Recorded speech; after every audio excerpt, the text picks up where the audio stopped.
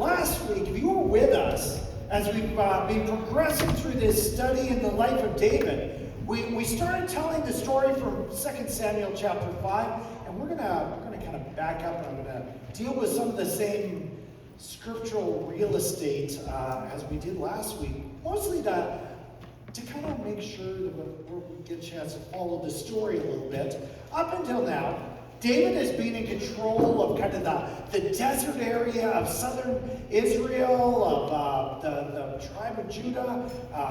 Things are tense, so he joins with his enemies, the Philistines, and kind of allies himself with them.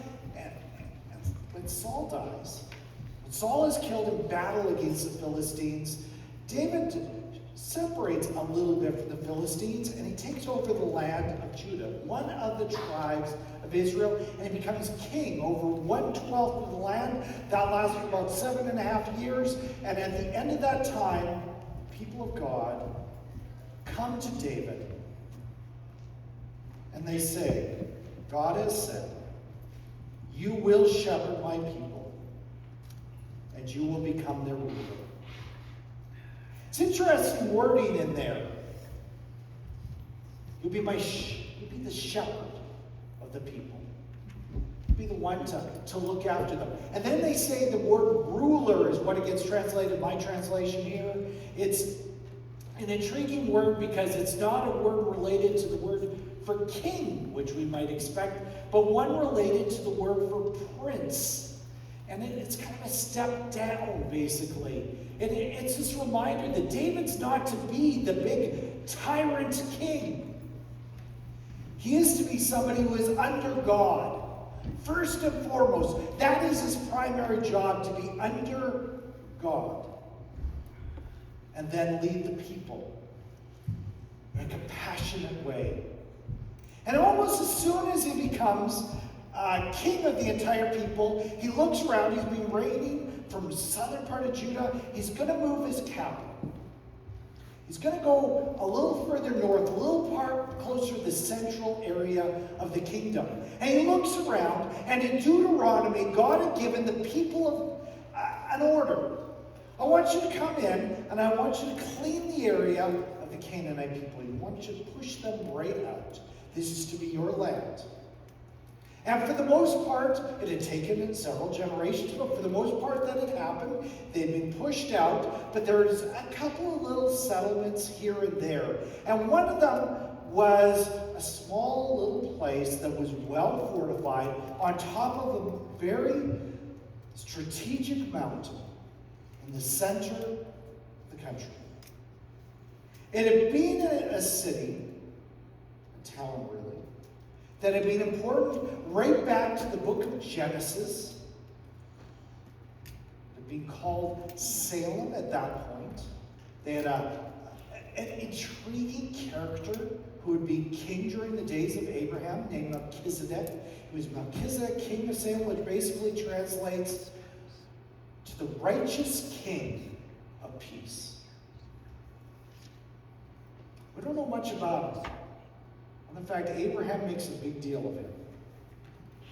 This city maintained as a Canaanite city throughout the time that the Hebrew people were down in Egypt as slaves, and then through the Exodus. And as you keep going through history, you have the Philistines and the Hebrew people battling out over the land. And these Canaanites in this city, they called it Jebus. They were Jebusites. They looked down from their heights, and they could see these armies going through the valleys and fighting each other, going back and forth. They didn't care, because they were safe at their perch.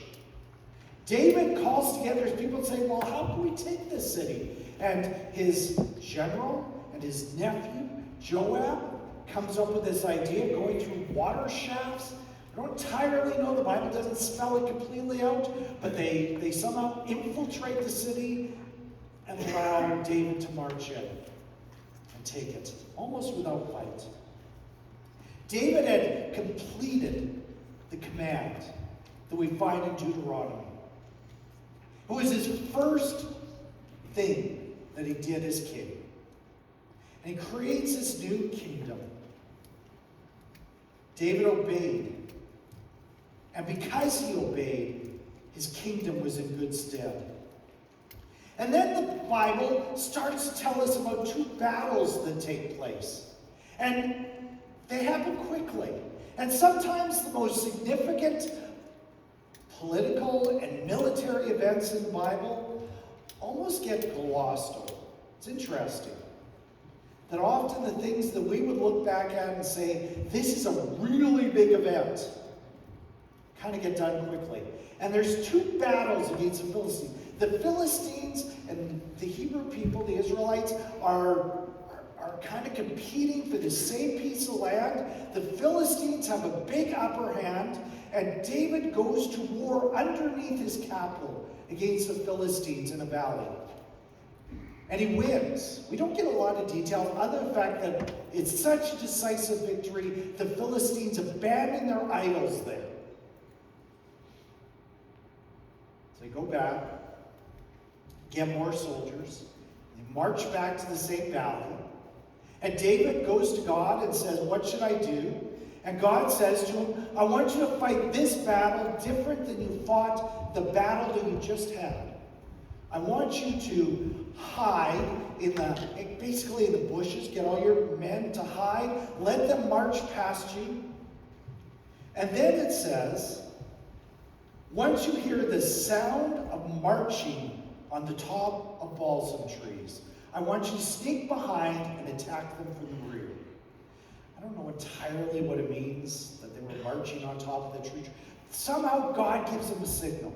I want you to attack from behind them this time. And they win a second decisive victory. And all of a sudden, instead of the Philistines being the bigger of the two, instead of the Philistines having the upper hand in two battles, all of a sudden, for the first time, Israel has the upper hand. Israel is the bigger of the two. The Philistines are going to continue to be a threat for generations, but now they're the smaller of the two. We've gone in a very short period of time, maybe months, that Israel was a broken nation, to the point where all of a sudden it is a regional power. David is doing well. And what's remarkable is he's not just doing well politically, he's not just doing well militarily, he is on point spiritually. He's got everything together. And whenever that happens, particularly in David's life, or maybe in all of our lives, that becomes a moment of testing. And it becomes a moment where we need to learn a little humility and need to be reminded that just because I'm succeeding doesn't mean it's about me. It's still about the God above, who is all powerful. At this point in time, I'm also going to just point out, we've been following the story of David. You've been with us through 1 Samuel and the first little bit of 2 Samuel, two books of the Old Testament. Now the story also gets picked up in a book called 1 Chronicles. It gets repeated twice in the Bible, but it's a little bit different in each place. Chronicles tends to tell the story chronologically. And so something happens in story A and it breaks in with something else, whereas Samuel kind of tells the story right through and then it moves on to the next story, even if it, the timeline doesn't necessarily have to match. Chronicles is written as poetry, not as a historical book. Doesn't mean it's not historical, but it's written as a poetic book. If you look in the Hebrew Bible, they have a different order of books than we have. And if you look in the Jewish Bible, the book of Chronicles appears as in the midst of all the poetry with Psalms and all those books of the Bible. I just bring that up mostly as information, because something important is going to happen in the next part that makes a difference. It seems like it's a foreign thing, but it's important to us. And in 2 Samuel chapter 6, we have an interesting thing that's actually been happening for a couple of decades. Probably 30-some years. Since David was an infant, maybe even slightly before he was born, something is not getting talked about. And it's the Ark of the Covenant. See, when David was an infant, the Philistines had come along, they won a battle, they captured the Ark of the Covenant, they took it, and they brought it back to their own land.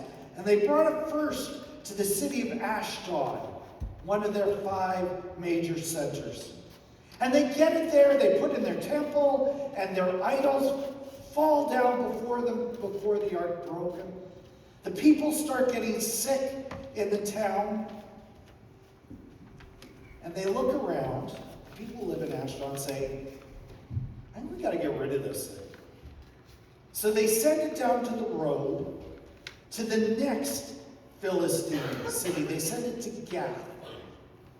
And it says it gets to Gath, and all of a sudden a terror falls on all the people. They get sick as well. And so the people of Gath look at this and say, well, we don't want it either.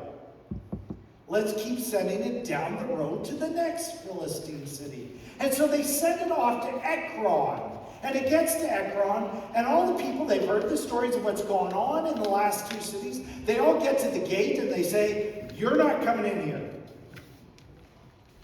We're not bringing this thing in. We've got an idea, though. You see, the distance between the Philistines and the Israelites is very minute. And they look over and they say, well, there's an Israelite village just kind of within shouting distance over there. So they put it on an ox cart. They swat the ox in the direction of the Israelite town, and it starts going off there on its own. It's only got a couple minutes to walk. Israel's got the ark back. But they've heard all the story. They know stories of the power of the ark from back in the day of Moses. They certainly are hearing all the things that have gone wrong with the Philistines. They're not sure what to do with it either. And it never resided in that part of Israel before. And so a couple of the people decide, well, let's look inside the ark. See what it's all about. Inside the ark, if we were understanding the history right, they're saying that the 10 Commandments should be in there. There should be some manna to remind them of the time that God provided food for them while they were in the desert. Aaron's staff should be in there. Aaron being the first priest. That should all be in there. So they look inside to see is it still all in there. And everybody who looks inside gets sick. So they get this idea, do you know what we need to do with the ark? We need to hide it away. It's dangerous. So that's what they do. It's hidden in a neighboring village for about 3 decades. It just gets hidden. Now these days, when we talk about the Ark of the Covenant, what do we all think about?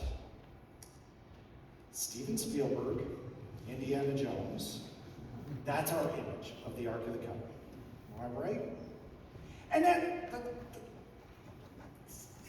somewhat okay, because when Spielberg comes up with the idea for the Ark of the Covenant, he's looking at the terror that they're feeling. He's not necessarily looking theologically at the ideas that are going on, but he's writing this movie about the terror that's happening about this time. And there is terror. It's fear. But fear of God should never chase us away from God. Fear of God should bring us closer to God. And they're terrified. Now Spielberg, he kind of gets the idea right a little bit in his way he builds it up. It's taller in the movies than it is in reality. But it's this wooden box that has a gold overlay on it. On top has a lid that sometimes we call the mercy seat. Sometimes it gets called the cover of atonement. Doesn't really matter a whole lot, but it had this angelic-looking cherubim carved or made out of gold that were on the top. It had been based on something. See, God was trying to teach Moses and the people something about himself in a way that they would understand when he asked for the Ark of the Covenant to be built. If we go back to the time of the pharaohs in Egypt, this would have been something that Moses would have seen when he approached Pharaoh. It was something like that. The Pharaoh had his throne, and at the base of his throne he had a footstool. We know this because we have several of them that archaeologists have found. We know from history that Ramses II, who was a pharaoh around the time of the Exodus, had one, and what he used it for was important documents. Things like the Ten Commandments would go inside, so it would stay by him. He was one of the things he was famous for was a peace treaty that made a difference in the Middle East for centuries. He kept that right there with him. And it became a symbol of power. God comes and he talks to Moses. I am seated way above. I'm seated above the angels, up in the heavenly realms. I am bigger than anything you could comprehend. I am bigger than creation itself. I am seated, and the universe itself is my throne. But my footstool is here. I am not just bigger than the universe, I'm with you. I have this symbol to show you that I am in your midst and I do not leave you. That the mighty God of the universe has a place among us.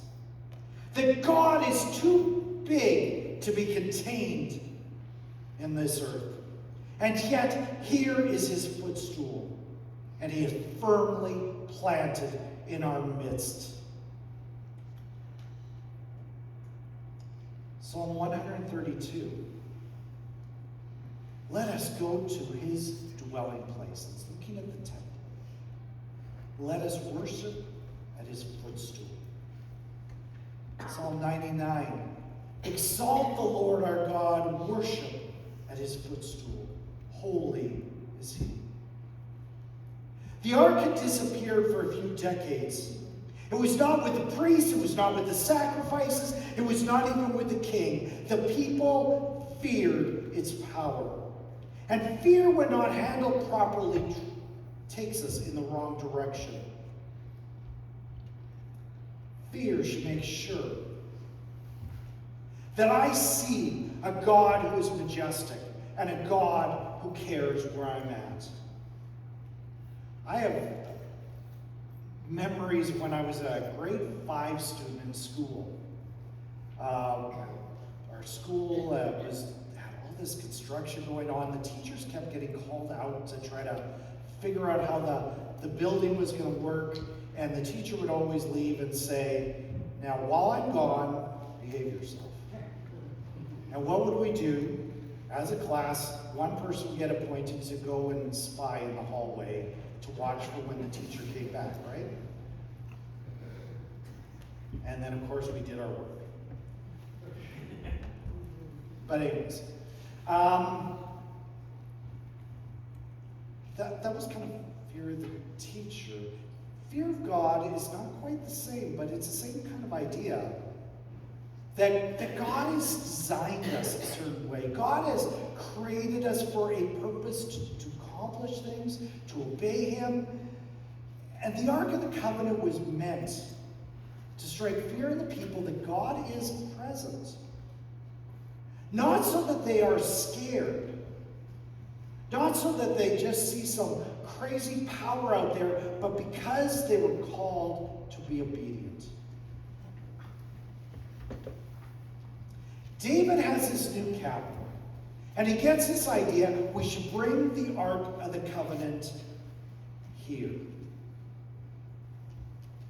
And so it says, David consulted with the commanders of thousands and of hundreds, with every leader. You can imagine the debate that's going on. A lot of people say the ark is dangerous, don't touch it, just leave it hidden. Others say, do you know what, David? This is a way to consolidate worship in your new capital. A way that people can focus on God. And it's remarkable. David consulted with all these people. There are two things that start a lot of the stories about David. One is David consulted people. One is David consulted God. Here he's consulting people. All the assembly agreed to do so and just move the ark. For the thing was right in the eyes of all the people. It doesn't say it was right in the eyes of God. But they decide, we're going to bring the ark to Jerusalem, this new capital.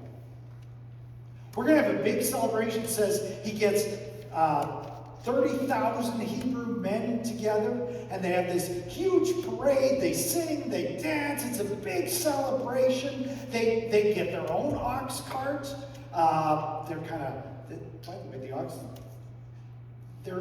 I've made a big deal of this occasionally. This is a transition period in history, moving into the Iron Age. The Iron Age allows them to build this better, to put nails and things in it. And so an ox cart is a big deal. It's a new technology. And so they build this ox cart and they put the Ark of the Covenant on it. That's not how they're supposed to move it. But they do. They start traveling along. They hit a bump. Many will know this story. They hit a bump and everybody in the crowd gasps because is it going to fall over? Priest Uzzah reaches up his hand and he balances it, and you can almost hear through the words of Scripture, everybody kind of exhales at this moment. Whew, it didn't fall. We're okay. Till they look and realize this priest Uzzah is on the ground and not moving. Thought about the fact you're not to touch it. They had thought about the fact you're not to move it this way. They were doing it the right way. And a terror strikes everyone, David in particular. And David was afraid of God that day. And he said, how can I bring the ark of God home to me? Maybe there's all this emphasis on David is the key thing. I want to control a little bit of the power of God. I want to control how worship happens. Samuel's version of it in 2 Samuel, David is made to be quite angry with God. God is okay if we're angry with him. That's clear throughout Scripture. What God is not okay with is us trying to control him. And David is trying to be in control at this moment. He'd almost made religion into superstition. There are many who will try to treat God as a good luck charm. If I use God right, I'll have good luck. If I don't, I'll have bad luck. Christianity almost can become an abstract superstition, a manipulation of spiritual powers, and I think that's what God is trying to communicate to David right at this moment. I'm not going to be contained in the way that you want. You are not going to control me. I will not behave the way that you want me to. In the book of Lamentations, written a couple of centuries later, the author Jeremiah is quoting God, who is upset with the people who are acting very religious and yet have no depth of relationship with God. And they're upset when things go wrong and saying, didn't we act religious? Shouldn't God give us everything we want? And in Lamentations chapter 2 it says, how the Lord in his anger has set the daughter of Zion under a cloud. He has cast down from heaven to earth the splendor of Israel. He has not remembered his footstool in the day of his anger. An idea, God doesn't care so much about this powerful artifact. It's not the point. The point is that he is the God of the universe and he's present. That's what matters. David needs to learn, do not manipulate God. We know him. We live in a relationship with him. We do not control God. We worship him. The order had been given centuries before. Do not touch the ark. Do not put it on a cart. God gets their attention. Do you know what? I am powerful. And I am paying attention. I am active in your lives. I am involved and I am mighty. 3 months pass. The ark gets abandoned basically at the nearby farmland. And God blesses the area in which the ark is left. David starts off angry, but what is remarkable about David is he gets to work. Things are not going right. He had this plan. He's going to use God to make Jerusalem into a great city. And he does what is right at this moment. He pulls out a book and starts reading it. It's the Holy Scriptures. He starts looking in the Bible about, okay, how does God want me to act? And he rebuilds the tent of meeting or the tabernacle. And in 1 Corinthians 15, we have a huge preparations being made. All sorts of organization being done. He goes to the Bible with a question, so how do I approach the holy God? We read a little bit out of Acts earlier. Dennis read that David was a man after God's own heart. And this is what a man after God's own heart does. He goes back and he does the hard work. How do I know God?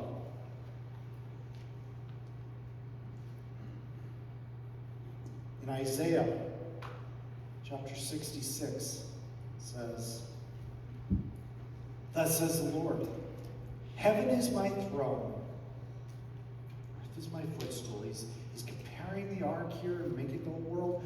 What is the house that you would build for me? What is the place of my rest? All these things my hand has made, and so these things came to be, declares the Lord. In other words, the things that we build to worship are small. They're secondary. And Isaiah is saying, if your whole focus is a religious infrastructure, you missed it. He goes on to say, this is what I really want you to understand in Isaiah 66.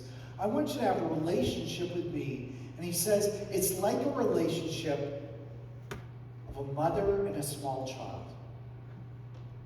It's nurturing. It's caring. It's obedient. But why is it obedient? Why would a child need to be obedient to their mother? Because within the structure of the relationship, it's loving, it's kind, it's hopeful. And so David does a lot of preparation work. He does bring the ark up into Jerusalem. He does so in the way that's obedient. He worships God, calls out. He gets to the end, he finally gets there, and David breaks out into song. Find it. 1 Chronicles 16. We'll give thanks to the Lord. Call upon his name. Make known his deeds among the people. Sing to him. Sing praises to him. Tell of all of his wondrous works. Glory in his name. Let the hearts of those who seek the Lord rejoice. Seek the Lord and his strength. Seek his presence continually. Remember the wondrous works that he has done, his miracles, and the judgments he's uttered. This is David singing at the end of all of this. He's learned a powerful lesson. And he sings, seek the Lord and remember him.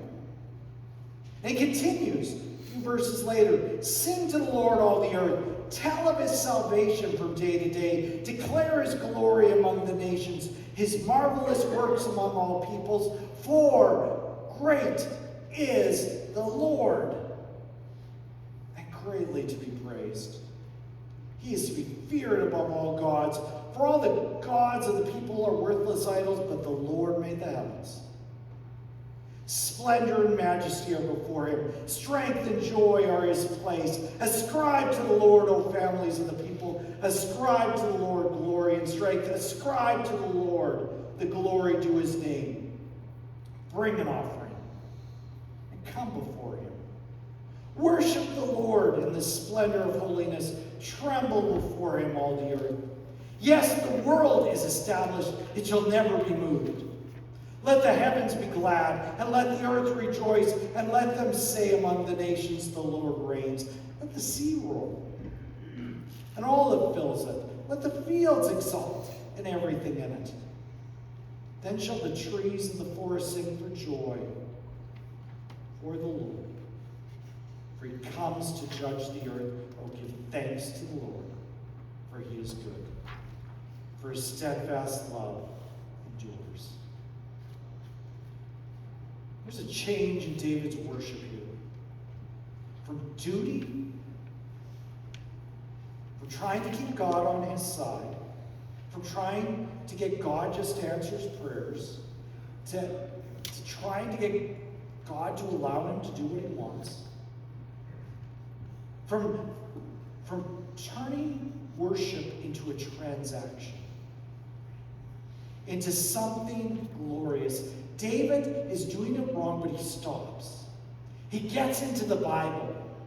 He acts slowly. He acts thoughtfully. And he finds the glory of a majestic God, and he sings. And he sings not just because he should, but because, wow, God is the majestic, all-powerful one, and he is present. He is here. And that changes everything for me. We see God in his full glory and present. I invite our worship team